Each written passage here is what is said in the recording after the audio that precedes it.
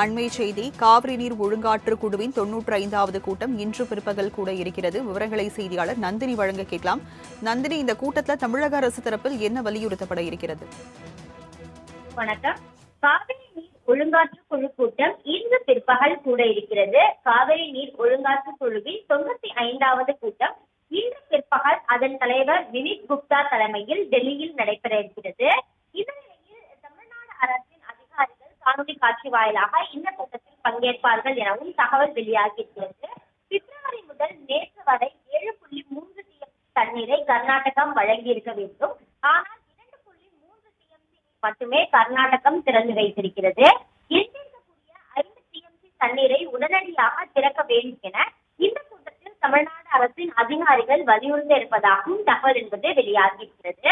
அந்த வகையில்தான் காவிரி நீர் ஒழுங்காற்று குழுவின் கூட்டம் அதன் தலைவர் வினித் குப்தா தலைமையில் இன்று பிற்பகல் நடைபெற உள்ளது குறிப்பிடத்தக்கது. காவிரி நீர் ஒழுங்காற்று குழுவின் 95வது கூட்டம் இன்று பிற்பகல் கூடுகிறது. விவரங்களை வழங்கியதற்கு நன்றி நந்தினி.